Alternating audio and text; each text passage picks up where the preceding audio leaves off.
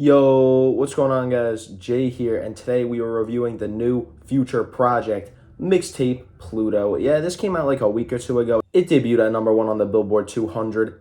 Every song on this album also debuted on the Billboard Hot 100, which is sick.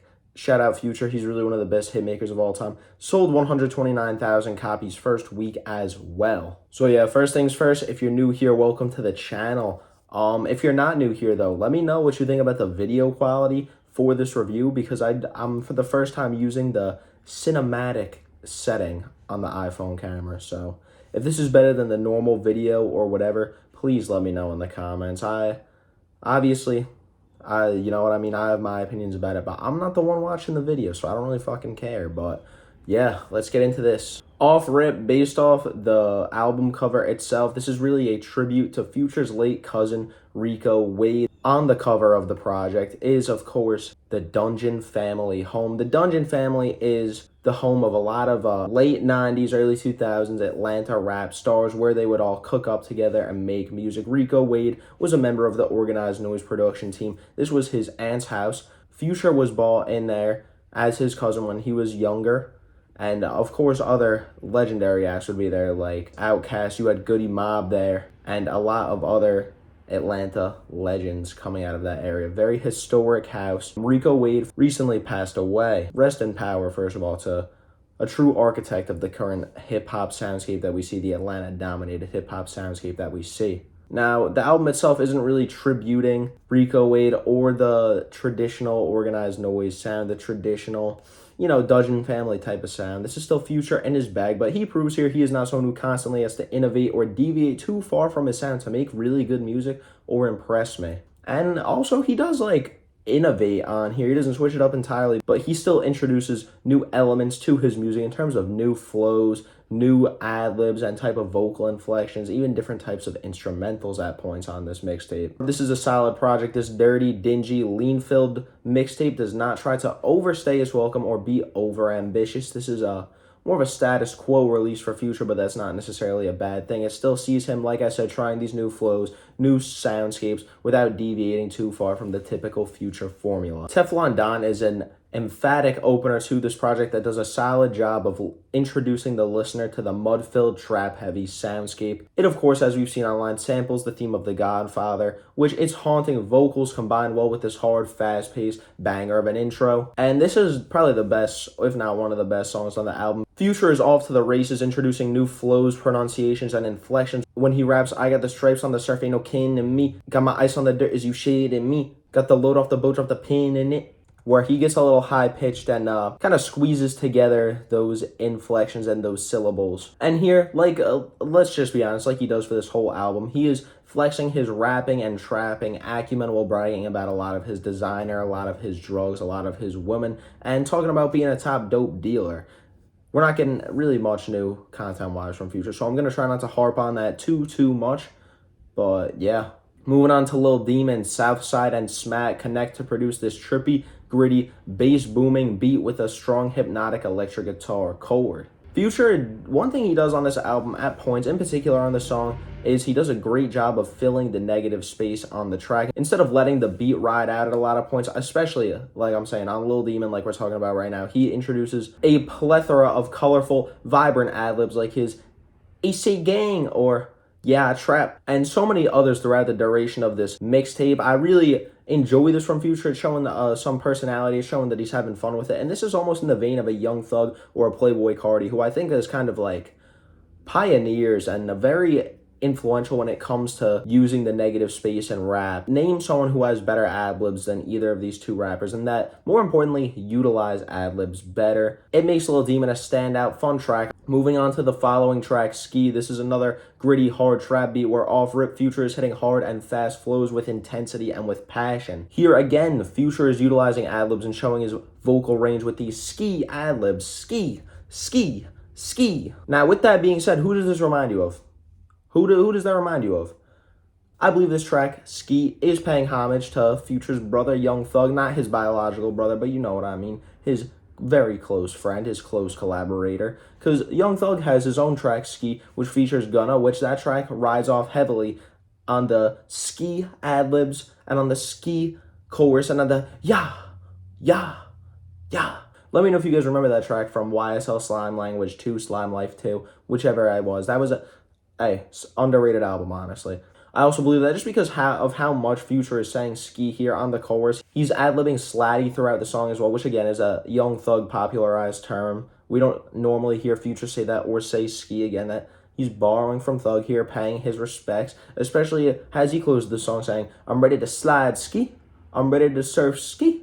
I'm going berserk ski." Here he's rapping about being a rich drug addict and drug dealer. Ready to Cook is a syrupy trap banger with Wheezy and Juke Wong on the production with eerie backing strings and tight flows from Future. One of the more solid run-of-the-mill cuts here. But moving on to Plutoski, this is one that really got the internet talking. This was memed online for being bad and for Future's really just unsettling performance on this track. It seems to be in the vein of a Lucky song, in my opinion, as well. Again, reason to believe that, as we did see Future shout out Lucky on his Instagram story, say that he was rocking with his sound. And this track starts off with faraway distorted vocals leading up to a beat drop from Wheezy, Southside, and Juke Wong. The first two I should mention are the main curators of this project, Soundscape. Yes, Wheezy and Southside do a majority of the production for Mixtape Pluto. This is moving away from the Metro Boomin soundscapes we've seen on Future's last two albums and going into a more gritty, more drugged out landscape. And this menacing trap beat has really slurred out deliveries from Future. We're saying, "Oh yeah, oh yeah," on the chorus, and it really personally it threw me for a loop like it did for a lot of people. And honestly, it's because listening to this track 7, 8, 9 times, I can't tell if I like it or not. At first I was like, "Oh, this is garbage, this is garbage, this is garbage," and I was getting kind of stuck in my head, I'm not gonna lie. And it's crazy because it feels like Future is barely even conscious when he is rapping on this track. I mean, for real, it sounds like he's like actually fucking just faded, like passed out drunk on the couch. And his homies like coming up and they're like, "Yo, like, Fuse, you good, bro? You good?" And he's just like, "Oh yeah. Oh yeah. Like, I don't know. I can't tell if what he does here is lazy or intoxicatingly genius. Again, because it is catchy, and at points on this track, he matches the rhythmic instrumental where Future's flows are matching the drum beats perfectly. And honestly, I wouldn't put it past him for this to be intentional, because Future is someone that I would refer to as a master of melody. He is really good at making catchy melodies and flows that get stuck in your head. Too Fast is sonically, in terms of the instrumental, very basic, like Future, Drake, even Lil Durk type beat on a like I'm going through it type track. It's kind of cookie cutter with its sorrowful strings and piano keys with the fast-paced hi-hats, which again is why I compare it to like a mainstream sad type rap cut where he's gonna rap about some more emotionally heavy stuff here. And this is a surprisingly potent Future track where he raps about how he lives his life too fast, spending his money too fast on cars, chains, watches, and not having time for building real relationships because of how fast he lives and because of this lifestyle he chose. Essentially, he's rapping about how he spends so much money on clothes and bags and designer and on vacations for women so he could sleep with them, but never has time to make an actual connection with them because he's moving too fast in his life. He's always on the road for shows, always making music, and doesn't have time to actually connect with these women, just chase the sexual pleasures, which he essentially buys with money. Despite the kind of immoral nature of this, and this kind of being almost like a silly problem, because if Future really did want to start a relationship, he could just take the time to do it. I mean, obviously, he doesn't have to put out music all the time. He's always on features. He's got hella music out. He's not actively touring. So, like, in theory, he could make connection and not just exchange money and luxurious goods for sexual favors. But you could tell he's really in his bag here despite that fact, because his delivery is extremely sincere and passionate. He sounds genuinely hurt and remorseful about the loneliness he feels. He feels kind of jaded about it too.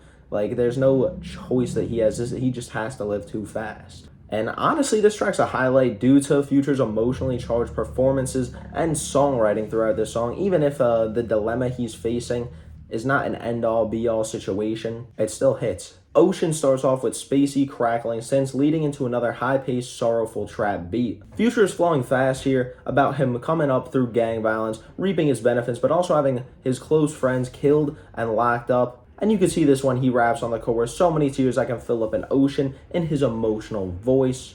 Press the Button is another instance on Mixtape Pluto of fast, passionate flows over a high-tempo trap beat. This is a fun and good song, but nothing really too different from a lot of the other tracks we covered so far, like Teflon Don, which are just supercharged bangers from Future. Although I will say, on Press the Button, Future refers to himself as Mick Jagger, which leads into the next track, MJ. Here I don't think he's talking about Michael Jackson or Michael Jordan, but Mick Jagger because of that reference and because of how much he raps about being desired by women. Or maybe it stands for monkey juice, because on this track, Future says he's sipping on monkey juice on the chorus, which I've never heard that term before. I'm assuming it's another lean synonym. And with that being said, we have a very syrupy, very hazy trap beat with some alarming siren type noise going on in the background. Future is on his drugged out delivery with a very slow flow and makes for a more or less boring and not very appealing moment on Mixtape Pluto. Halfway through the track, Future makes a song about how his bitch got more bitches than him, and that refrain echoes throughout the second half, where Future is giving you these four-word flows, not saying too much. Definitely a weaker moment on this track list for me. The following track, Brazier, has an extremely bass-boosted instrumental from Southside and DJ Crazy for a standard but solid Future track. I mean, this is a hard banger. I like it, but it's nothing out of the ordinary for Future, especially at this point, although he does have a highlight bar and shows that he was working on this project up until the last minute as he raps, "Dick her down till her body's shaking Shannon Sharp."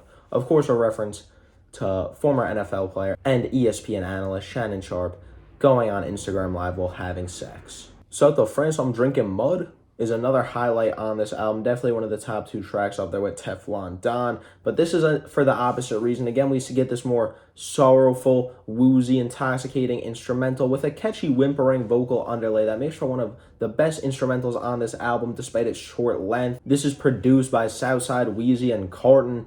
And again, for a less than 2-minute track on this album, South of France really does stand out as one of the most enjoyable moments on Mixtape Pluto.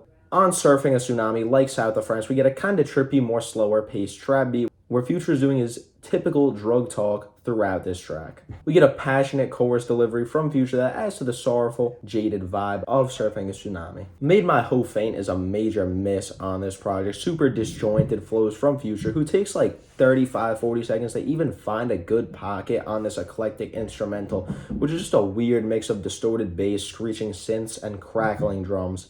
Not coming back to this one. This track's a mess. On the latter half of this track list, a lot of the tracks are seeping below 2 minutes. We're looking at these very shorter tracks, minute and 30, minute and 45, which kind of makes sense for the mixtape feel and for Future trying to get money from, having his more songs so they're streamed more often without making the project actually go too long, which again is a fine and respectable thing, but it does lead to a lot of more forgettable tracks and frankly underdeveloped tracks like Told My, which is not a bad song. It is pretty solid in theory, but it's short-lived and a pretty status quo Future track, Whoa Whoa. The real most notable moment of this song is when there is like a Memphis-style 10-second beat break or switch right before the end where we get these rapping hi-hats and drowned out, chopped up vocal samples that sound right out of a Juicy J tape. But it switches back to the regular instrumental. This is just a brief intermission before the end of the song. On Oath, Future's bringing through some catchy cadences on the chorus and has a hypnotic flow where he locks in for most of the track, which again is not longer than 90 seconds. And we also get an ominous backing instrumental where Future raps about being the top gangsta, about being the top dog, the shot caller, which again is the persona he's really embodying and honing in on his project like he has throughout most of his career. Lost My Dog is one of the most potent tracks on this album where Future is kind of like saying stuff. On this instrumental, there is an eerie, high-pitched background singing that adds to the remorseful, ominous soundscape of this song. It's also guitar-led, which fits the vibe, and a drumless track where Future is rapping about losing a close friend of his to an accidental fentanyl overdose and losing another one to gang violence. He's getting deep, talking about how the pain from these situations makes him want to relapse on drugs and the genuine regret he feels for how he handled some of these situations. Rapping started to take advantage of these pills when he drill, wanted to tell him stop, but it helped when he kills, which is so twisted and dark, but you could tell Future genuinely feels like terrible. He's fucked up over this, right? And it's a great, passionate, honest rapping ballad where Future comments on the harsh toll coming from a gang-adjacent background can have on one's mental health, and the struggles that persist with that lifestyle that is honestly a product of neglect of certain less fortunate, impoverished communities for decades, where these cities and these areas are not having any government funding put into them. They have shitty school system. There is a lack of infrastructure. There are a lack of opportunity and a lack of hope, because there's also poverty and drug problems plagued with these cities, leaving opportunities for people to want to make money by selling drugs, because it seems like the most viable option for some, when you don't have hope when you have a shitty school system that there's not any effort put into, and there's a lot of racial systemic problems going on. Future talks about how getting involved in that drug dealing lifestyle is obviously not always the smartest thing, probably not a good thing, right? I'm not going to sit here and condone drug dealing, but he's talking about how the negative effects that come with it, the negative mental health toll, and how hard it is being a man where he's from and having to deal with all of this stuff. And it's, again, a very emotional, passionate, honest track from Future. And although it's not going to be the most re-listenable, this does really stand out as Future in his writing bag. That brings us into the outro track, Ace Gang. First of all, Future ad-libs Ace Gang throughout this album, but this is an emphatic outro where Future reminds you that he's still that guy with this haunting instrumental, booming bass, and eerie strings. We get a low demeanor Future performance with a catchy chorus refrain of Ace Gang. Strong hypnotic flow from Future that he has fun with as well here. It's nothing much more complicated than a hard Future song, just like a lot of the enjoyable parts of this album. So, in conclusion, like, if you know me, if you've been here a while, you know from my album reviews, I normally come through with a thesis. I don't have a thesis for Future's third mixtape of the year, because, like, he's, again, like, we've been getting this type of lyrical content from him for a decade at this point. There's nothing really new to analyze, other than on some tracks like Lost My Dog, where I did get into it. But theming on this album as a whole, Future is really just trying to say that he's still that gritty, leaned-out gangster he came up as and made his name as, despite the mainstream success we've seen from him in these past few years, especially recently with We Don't Trust You and We Still Don't Trust You. But this explains the name Mixtape Pluto, the dirty mix on a lot of these songs, the trippy, intoxicating soundscape we get, the short tracks, and the lack of features. Future is trying to take you back to that 56 Nights, to that Purple Rain type of vibe, and remind you of where he came from, and that he still got it like that. He still has what it takes to be a superstar and a trap star. And he shows that he doesn't have to. He's one of these rappers who is so good at what he does and making just enjoyable, good music. He doesn't always have to switch it up or innovative or advance the sound of rap to make a good album. He could just add another good album into his catalog, because what he does is make good music. And yeah, it could have been cut down a few tracks, considering some of these songs are so short, they end before they really get started or even get the chance to develop. You know, you're just nitpicking at this point. This is like, Future's got 20 plus projects out. This is a solid one. It's a good one. It's not his best. It's not his worst. But I really enjoy Mixtape Pluto. For these reasons, I will be giving it probably a 6 out of 10, to be honest. Probably maybe I could go up to 7. I don't know. It depends on the day, because there are some highlights here for sure. But there's also a lot that I'm just not going back to. But it's because, you know what I mean? It's what did you want from this? Future wasn't about to drop another album of the year contender. He's already got one out. Man. On the 5-finger rating scale of enjoyment, I'll give this a 2 to 2.5. I can't physically do whatever I'm trying to do, but they're the tracks I'm going to revisit here. The Teflon Don, The South of France, which are my favorite tracks here. A couple of others, like Ace Gang, I like a lot. The first few tracks as well, Lil Demon and Ski.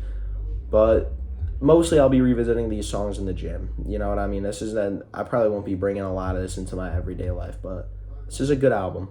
And if you like it, let me know what you think in the comments below. If you're really feeling bold, give me a Future discography ranking in the comments. Where do you rank this amongst his 20-something odd other albums? Please tell me. Be sure to subscribe, like, comment, share, hit the bell so you can get notifications, so you could be notified when my Hearthstone Psycho review drops. Go over to the IG, talking.hiphop, follow up over there, hit me up. You could go see my daily track reviews and all the other stuff I be doing there with the reels. You could check out my stories, see what I'm listening to now, and go over to Spotify. Subscribe to the Talking Hip Hop Show. That is my podcast. There are weekly episodes Wednesday at noon, just talking about my current rotation, talking about what's currently going on in music that week. And this week, I got a special bonus episode coming out on Friday again, also at noon. This is a part 2 to last week's bonus episode where me and my good friend Mo chop it up and we talk about our classic albums from the 2010s decade. You don't want to miss that, so go on, get over there, and I will catch you guys next time. I appreciate you. Thank you for tuning in, and I will see you next time. Doses.